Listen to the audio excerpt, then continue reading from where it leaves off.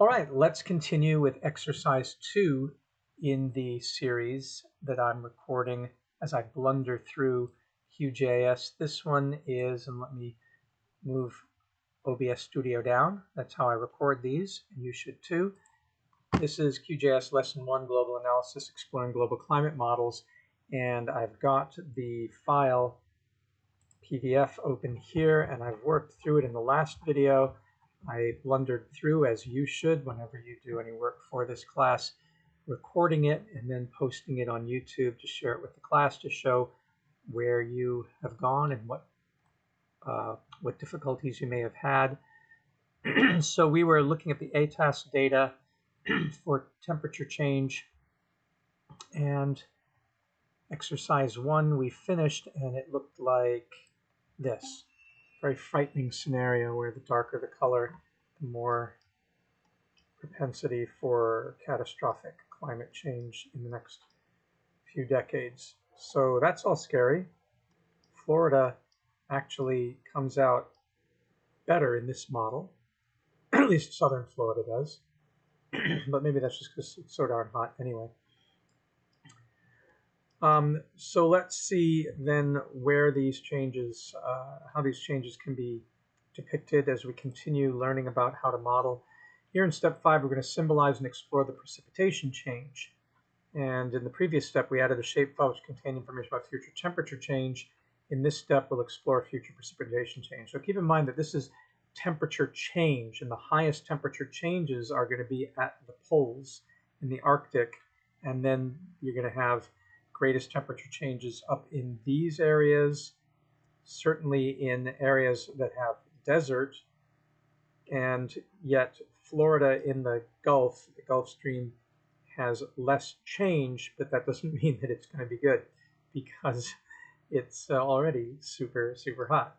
So this is about temperature change. It looks like the places that do the best, this little region, if you want to go and live out here, then you will do the best. Now, whether or not buying Greenland helps America or not, there's bad changes happening there, but this one here in the yellow is where the least change, actually there's a negative change. So if you can live on a boat in here, maybe you'll be okay. Right, so then going back, we have data that was downloaded from here. It's freely available, Advanced Actionable Earth System Science with GIS, Climate Change Scenarios. All right, so we have that. Great resource to work with in this class. And then it tells us that we're going to add vector layer, and we're going to work with precipitation change mid-shapefile. And so we go back to here, and we will go to layer and add layer. It's a vector layer, and it's a shapefile that is called, I forget our shapefiles. There's temperature change, there's precipitation change, there's the shapefile. So we add that. It comes in on top, or actually comes in on the bottom, so let's bring that up to the top. Maybe we have to close this down and bring that up underneath the map. There we go. And so we can actually turn that layer off. Now, we don't see much from it the way that it looks now, so we're going to have to probably categorize this. So it only contains one field. It's a precipitation change from 2040 to 2059 compared to present day in millimeters per year. And let's open the table like they suggest we do. Open the attribute table. And there is the lat long, and there is the precipitation going from high to low. So the highest areas are going to be these areas here. Oops, I'm not getting, there we go.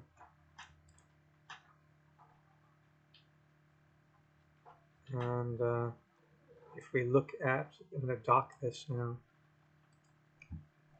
and we should be able to zoom in to the features. So it looks like the highest precipitation change is here in the area of New Guinea, seems like, and others are down here in areas of South America. Those are the highest values that we can see. I mean, if we could go and take it all the way down to the 400s, and we get more areas of precipitation that we can start to see showing up. And a lot of it seems to be in the tropical and subtropical bands. But this is not the best way to display it, obviously. So let's move on. So APPT is the field.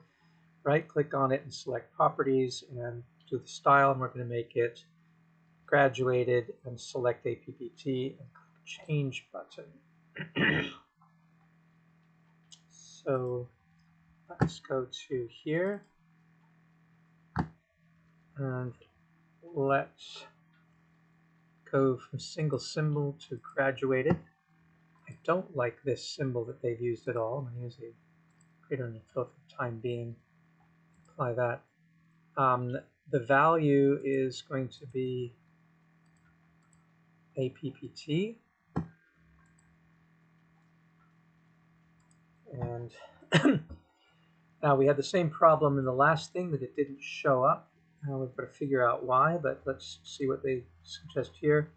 Symbol change classes 5. And this no pen thing we don't get. There is no pen in this simple fill for us. So when we go here and we go to simple fill, let's get rid of the gradient fill. There's a simple fill and there's a fill color and there's no brush. We're going to go solid. And now that we've gone solid, when we apply, again, nothing has happened because we haven't classified yet. So they want us to change and have 5 classes. Column, click change button. Where's change button? I don't see any change button. Things are different in this version than they were back in that version. So it's pretty hard to figure out what to do. And I can put natural breaks. That does something. Yeah, that did something for sure. Alright, that's interesting.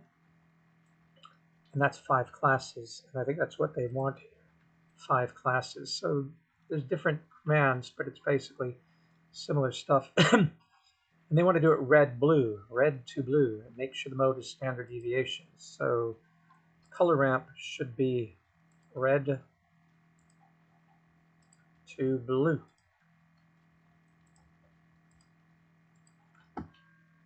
And then we want to do standard deviation.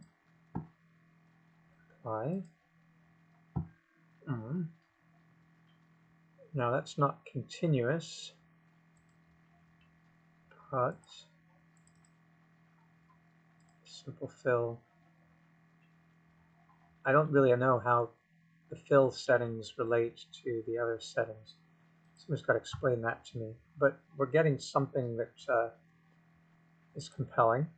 The greatest changes in precipitation are in the blue here. Obviously the yellow, which is where I highlighted these records here, is the absolutely greatest. But that's that's a start. And then change the number of classes to 10. All right, let's do that. Let's change the classes to 10. Apply. It says 5 classes. 1, 2, 3, 4, 5, 6. Why is that only 6 classes? Classify. Still only 6 classes. Symmetric classification. I don't know. I don't know. I don't know if it should be symmetric or not. But it's getting more nuanced this way, that's for sure. All right. Next thing, drag the layers in the TOC if it's not on top. Take a look at your map. The regions in dark red may experience a much drier climate in the future, while those in blue may receive more annual precipitation in the future. QGIS has powerful query tools. We can set up a structured query language to see what regions we're going to experience. So this is where we get to our filters. Right-click on the layer and select Filter. That's what we were trying to do in the last tutorial earlier. So dark blue is going to be the wettest. The reddest is going to be the least rain. Oh, not too good.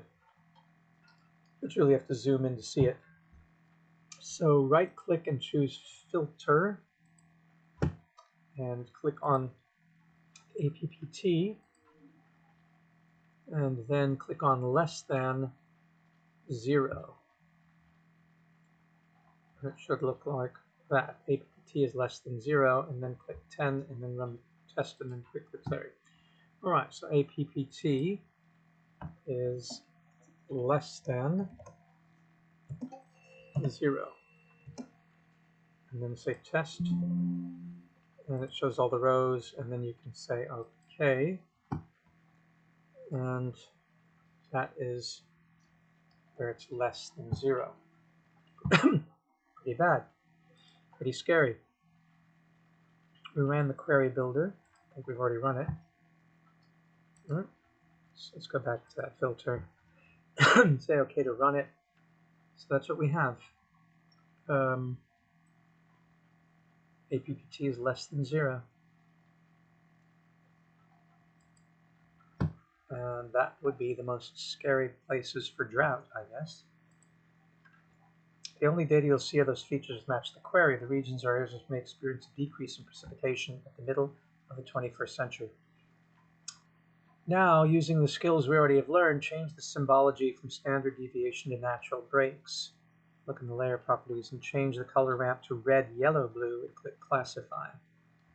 And then zoom in to the Americas to see, because we're the people that count. All right, so we click on that and we go to 10. Let us equals. Let's go to 10, and we need to go to natural breaks. Jinx. There's our 10. 1, 2, 3, 4, 5, 6, 7, 8, 9, 10. And then the color ramp we said was going to be.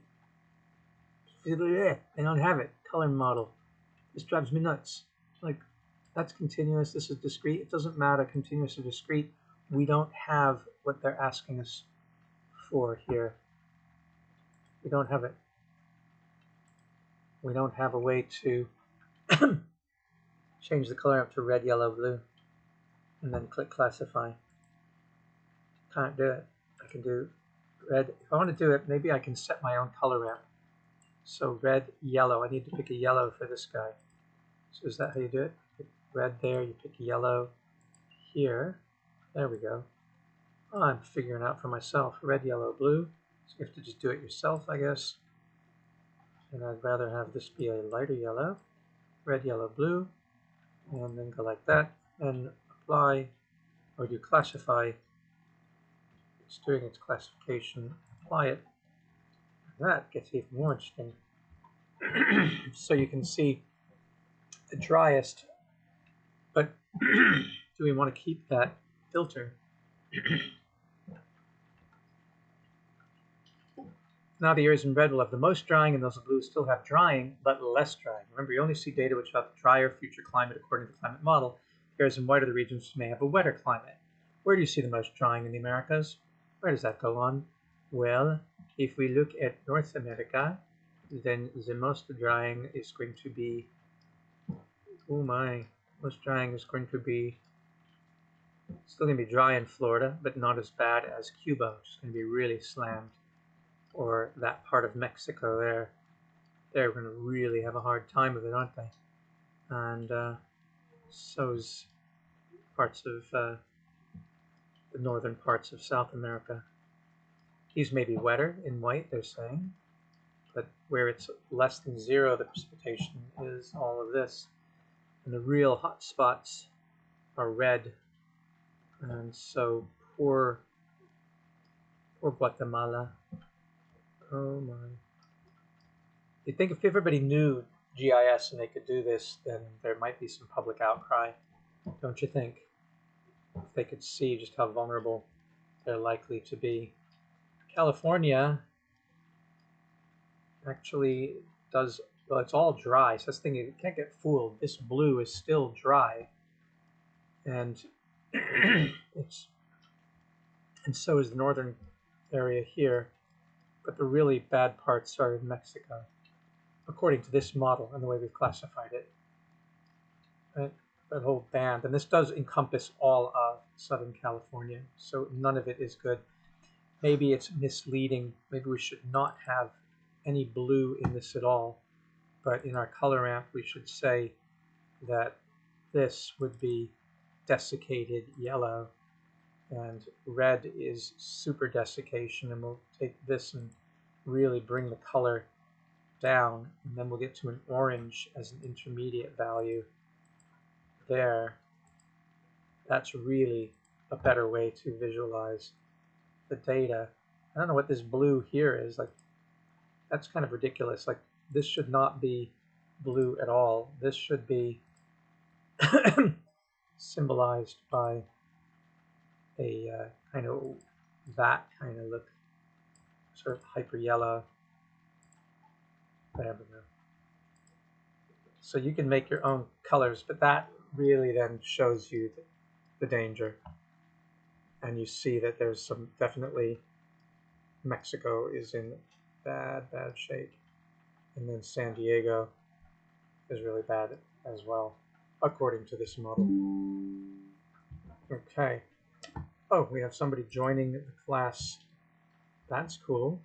Abigail is joining our Envisioning Sustainability, where we are putting these maps. So that's great.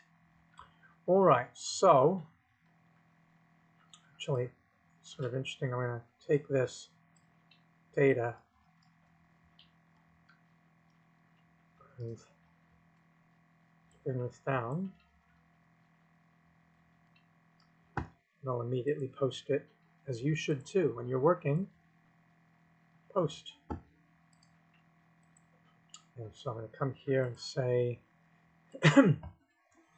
working through the tutorial for climate modeling in QGIS, exercise 2, and have discovered doing the future precipitation model that we are in for a very, very bad time.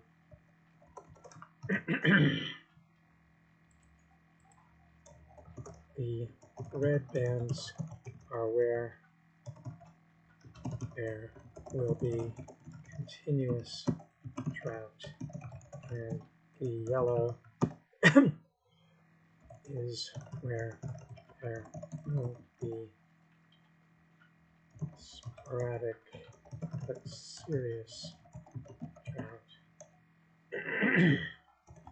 White here is areas that may receive flood level precipitation,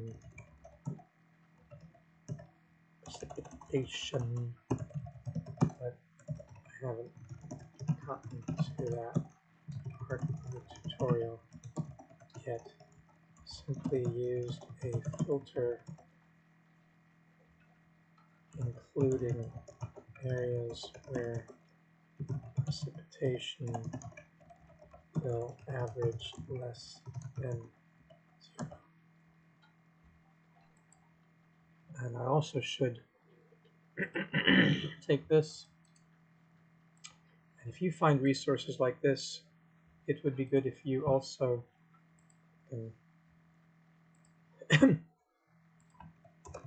here is the link to the data sets and tutorials. Do that. All right, good. Let's see if anybody else has jumped in.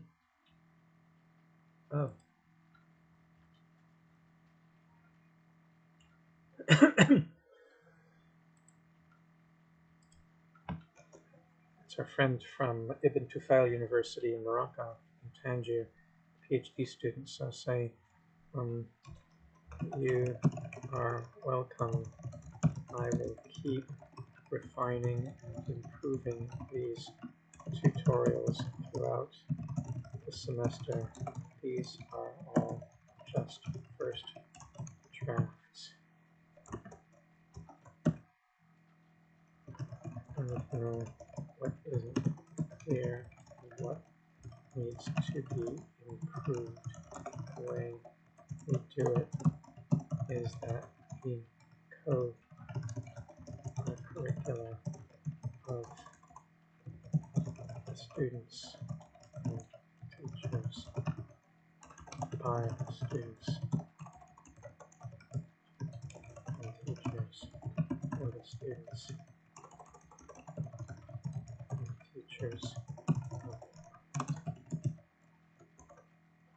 in a very iterative, design and interactive fashion until we all settle on strategies that work to reach our intended SDG goals.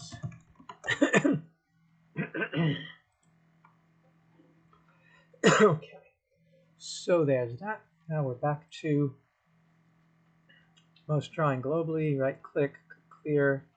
Okay, so we're going to clear that. Only the data which match the query will do it. Now double click on it and change it to pretty breaks. And let's do red, yellow, blue and reclassify. All right, so we're going to go to our precipitation change. Sorry, for our filter. It still has that in it. I'm going to say clear. Now that's gone. And say OK. Now, I'm confused though because we've cleared that, but we didn't run it. Is that the problem?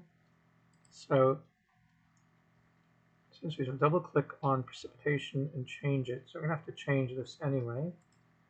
So double click on it and change it to pretty breaks, and then we want to change red, yellow, blue.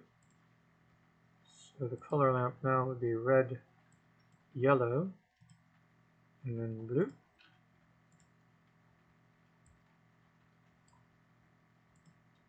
And then reclassify. Alright. And then apply. Yes.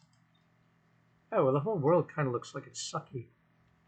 I mean, with that classification, there's hardly any blue at all, except down here, the highest precipitation. Maybe that is an artifact from the way that we've done this. So if we reclassify, bring this back, and make the blue continuous discrete. I don't know. Let's try discrete and just see what that does.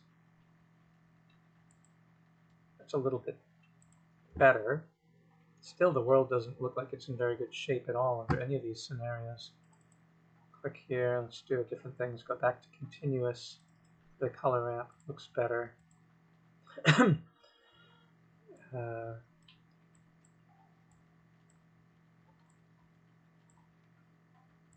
So you really have to, it depends on how things are being classified.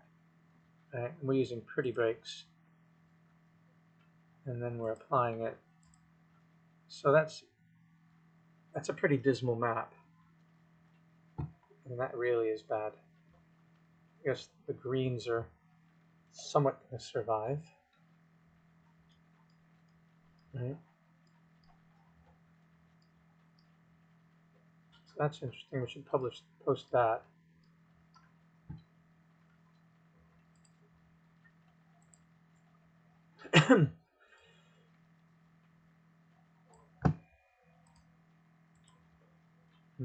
I'd really encourage you to do this, to come in and keep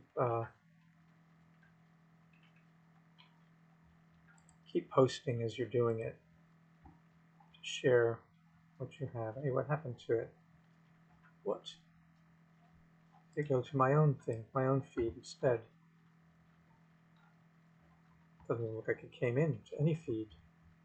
What happened?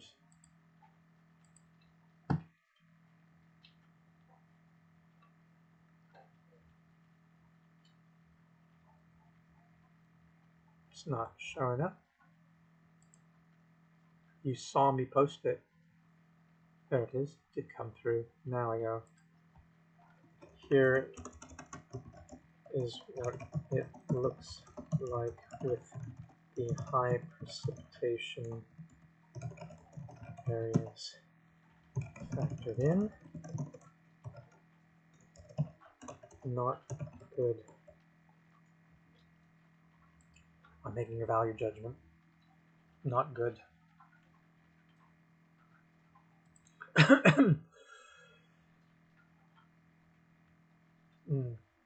Bad century ahead. Really bad. All right.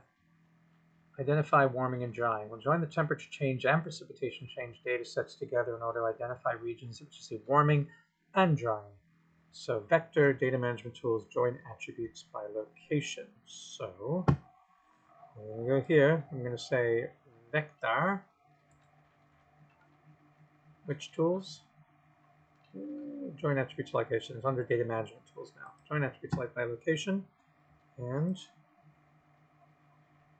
in the dialog, make it target vector layers precip change mid, and the join is temp change. So we start with precip change. So the join features in precip change, comparing to, this is different. It's different than in the old days. So let's see, do they show it? Target vector and join vector. Let's just assume that they've kept the layers. So precip change, it's hard to know, but precip is on top, and then join vector is temperature. So precip, and then by comparing to, we go to temperature change. Is it an intersection? What are they saying here? Take the attributes of the first located features and then only keep the matching records. Well, that's a different way of doing it. Now, I guess it's called an intersection. And then create separate feature, one to many, joined layers optional, unjoinable features. So this is much more complicated than what it used to be. But let's try it. No spatial exists. Performance will be severely degraded. Well, that's not fun, but it's doing it. I don't know if it's doing it right or not. Let's see what they expect. Output shapefile. Only keep matching records.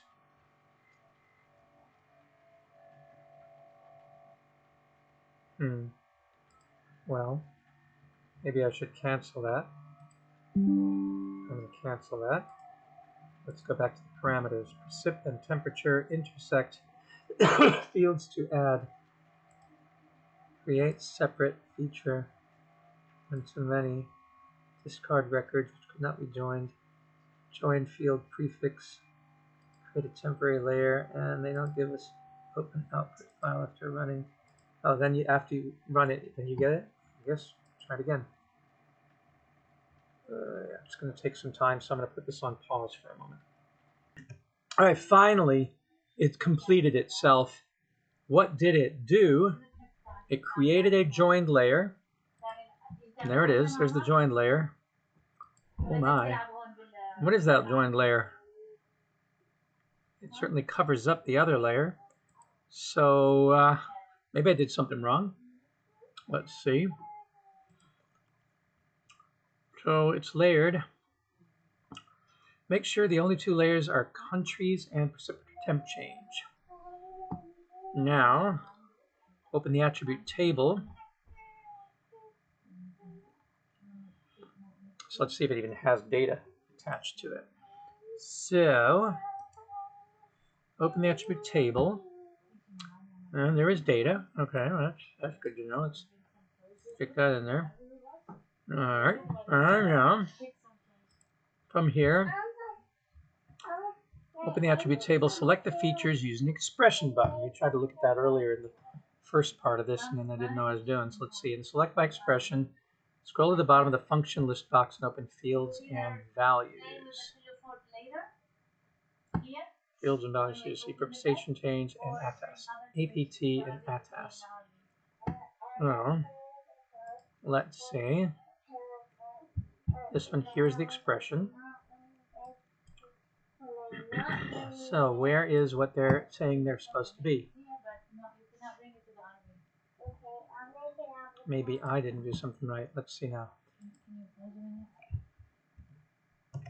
All right, let's see. So this is a little difficult for me to figure out. So if it's got APPT is in there and so is ATAS. So those variables are in there. And when we go to the expression, the feature, geometry, and ID, well, where is the feature? The feature are a bunch of numbers. So how do I get aggregates? How do I find select features? No, that doesn't work. So I'm confused as to where one does that. Is in the expression editor. Select features using an expression. But you'd think it would be here.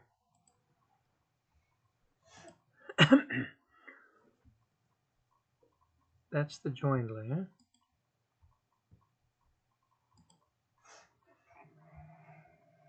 That we don't need anymore. It can be closed. So we're just using this, and for an expression, how do you feature variables? Aha! Maybe this will do it. Let know. It does not. Map layers. Countries joined layer. There's the joined layer. All right, maybe this is going to work. Yes, that's how we do it. All right, got that figured out now. So it's ATAS is greater than or equal to, and apt is less than or equal to 0. So it is, let's get rid of this. This is wrong. It is ATAS in the joined layer is greater than or equal to 2. So greater than or equal to 2, and and in capitals, apt is less than or equal to 0. And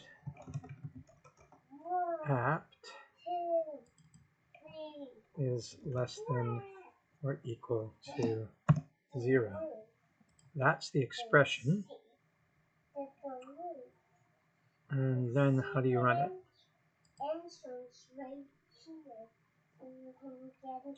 Click select once it looks like that. So select features. And if that did anything, we have to enter it in. Select features and look at the map. That didn't seem to do anything.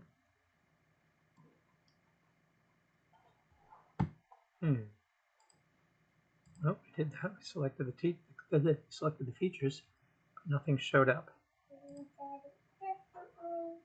You should have 1391 features selected in your map and table. Those grid cells highlighted in yellow are those experienced greater than 2 degrees warming and drying by the middle of the 21st century. And close the attribute table. So it should tell us in there. So when we select features in our table, 0 are selected. Well, that's unfortunate. Maybe I picked the wrong thing. Let's see, fields and values. So, was it ATAS first? ATAS greater than or equal to 2.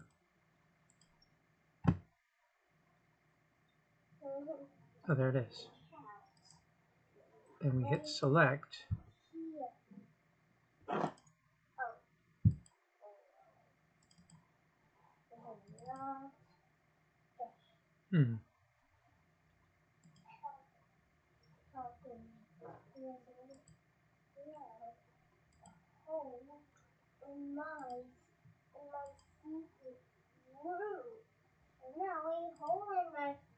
maybe we need two things. Ah, something happened there. No matching records found. That's interesting, because we do have APPT. There's ATAS greater than or equal to 2. There's one that's greater than or equal to 2 right there. So that doesn't make any sense. I don't understand why.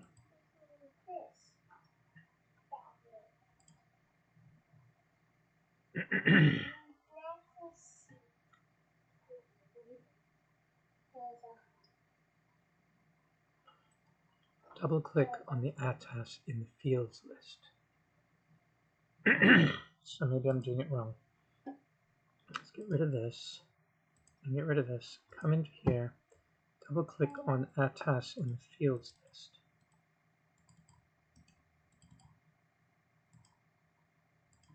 Now it's sort of frozen.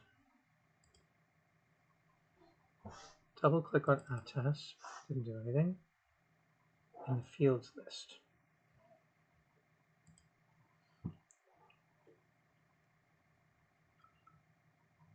Open the fields and values. So select by expression. Scroll to the bottom of the function list box. Scroll to the bottom of the function list box. You see how everybody has trouble with these things? The bottom of the function list box.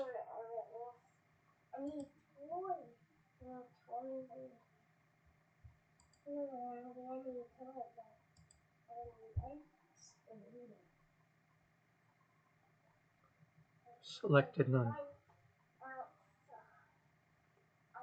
So on like really function help.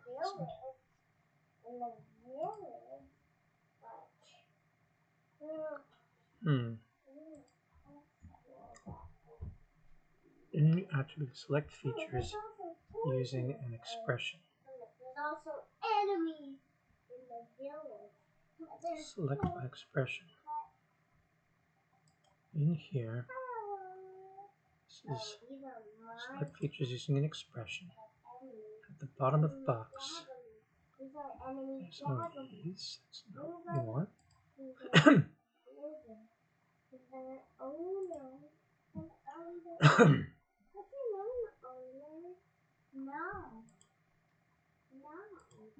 I guess that's, you can have another one. So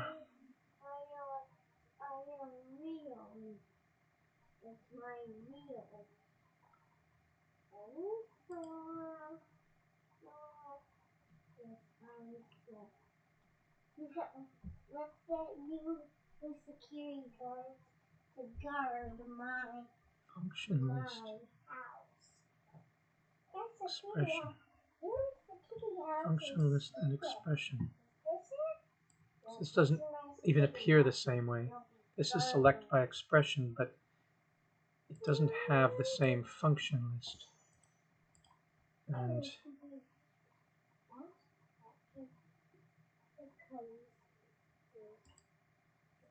if we were to say, let me just say APT equals, it doesn't even let me do a function list in here. It's just got these, which is really weird because there's supposed to be more than just these things here. I mean, if I do equals to, because there is an APPT in this, and there's an APPT of 86 point whatever that is. I'd have to copy the whole thing, but how do I get at it to copy it? Copy cell content. All right, now I've got copy cell content, and I go to here, and I paste that in there. Then when I select features, it should select at least one record. Oh, 9 records got selected. Well, isn't that great? So what if I say greater than 86?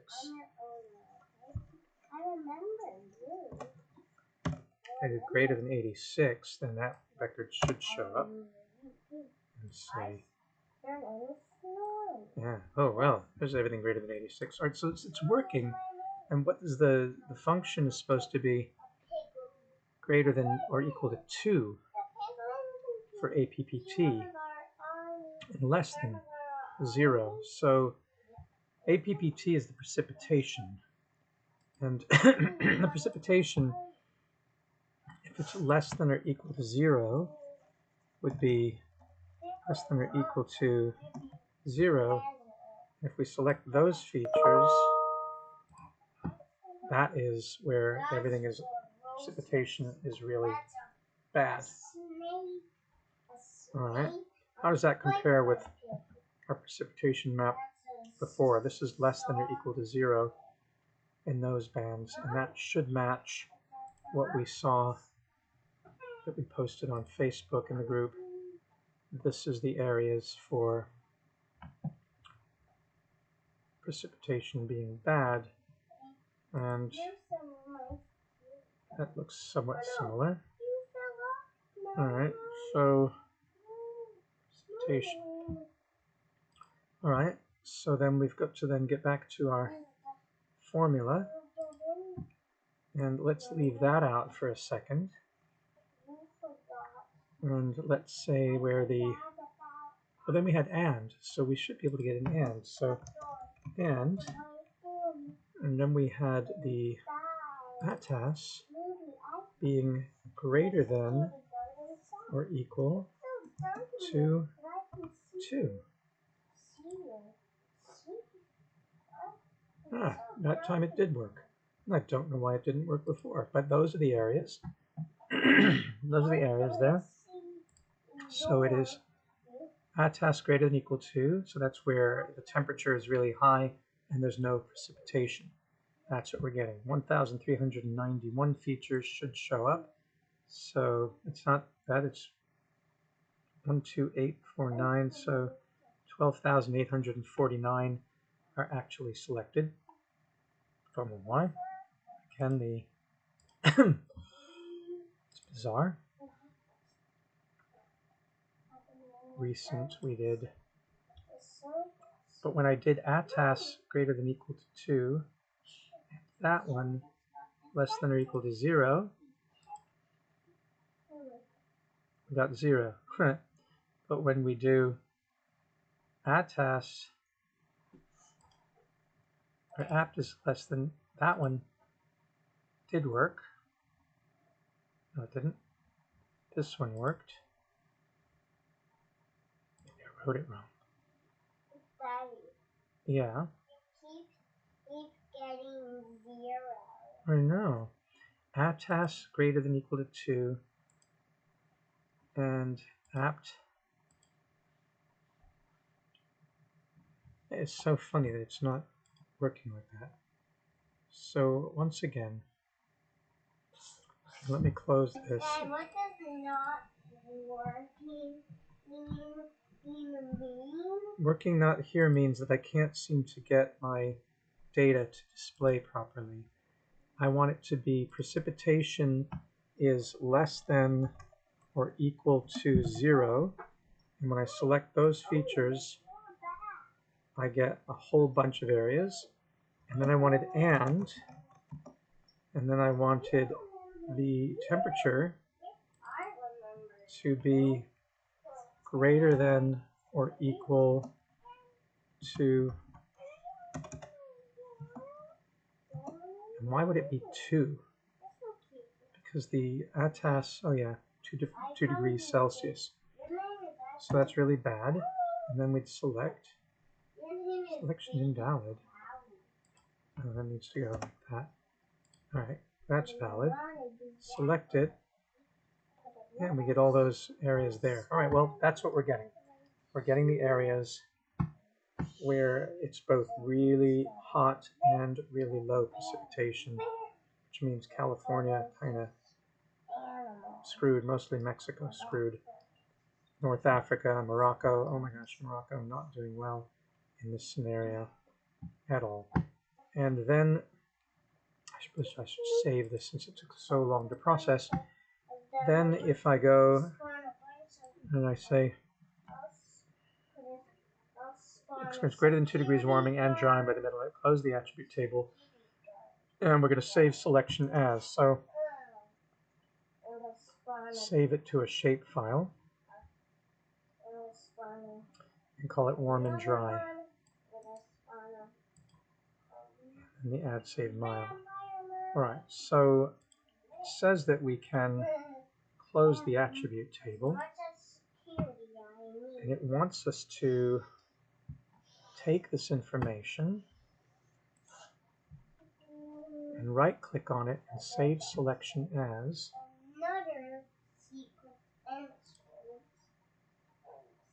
Is that the joined layer that we're using for that? I didn't call it that, did I?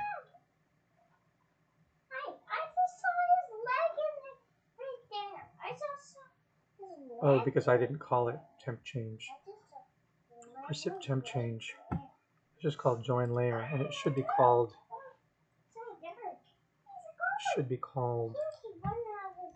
precip temp change. All right. So when we take that and we right click on it and we say that we're going to export it and save features as, we can save it as a shapefile, and we can call it warm air dry shape. I'll put this in the, here's my tutorial thing, climate tutorial, QGIS, and then maps, and we'll save it in there. Save only selected features. Geometry type is automatic, and say OK. And it put it on the map. So warm and dry areas are there, which means if I take this out, that's where you see the most warm dry. Okay, good to know. Of course, now we can go and add a satellite map, and then we see places hardest hit. Fascinating. Great exercise.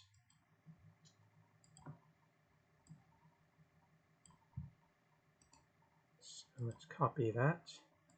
Let me go into my tutorial that I'm making and show.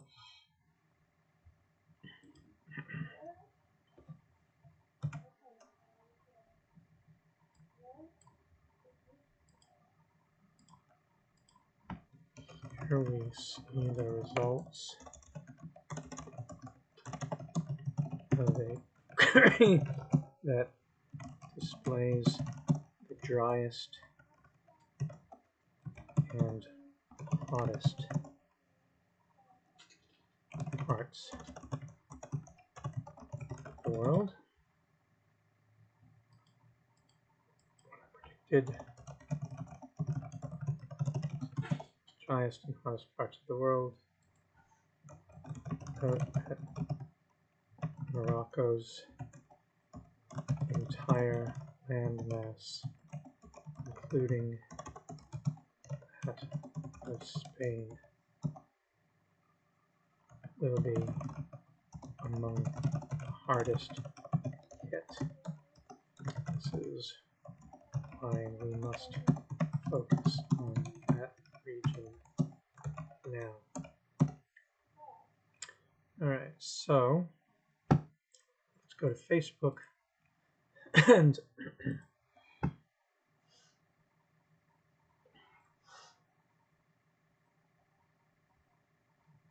think this I can put in my regular Facebook feed. I can put this in. Let's say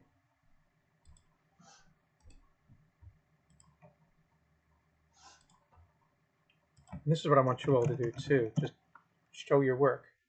After working through the tutorials at It is frightening to see that Morocco shows up as one of the regions of the world that will experience the hottest and driest conditions on the planet because of climate change. And I can go back here and say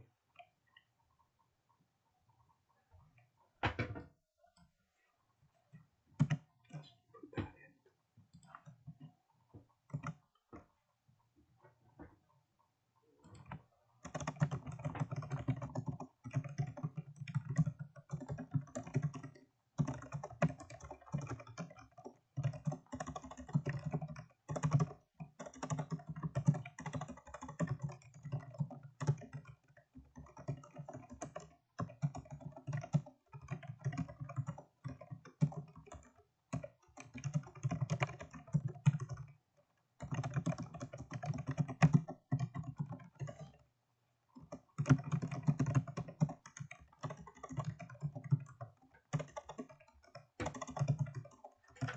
Right there, I've made my statement. And post that polemic there, and then share it with the climate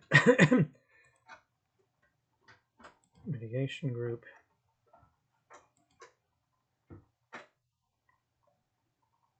And post this to the Envisioning Lab group. And let's see if we're then done with the exercise. All right, we did that. We did this warm and dry. What regions will experience by the middle of the 21st century? What may its impacts would be? You can answer that question if you like. Save your project. Which crops? Which crops? Now the last piece of this puzzle.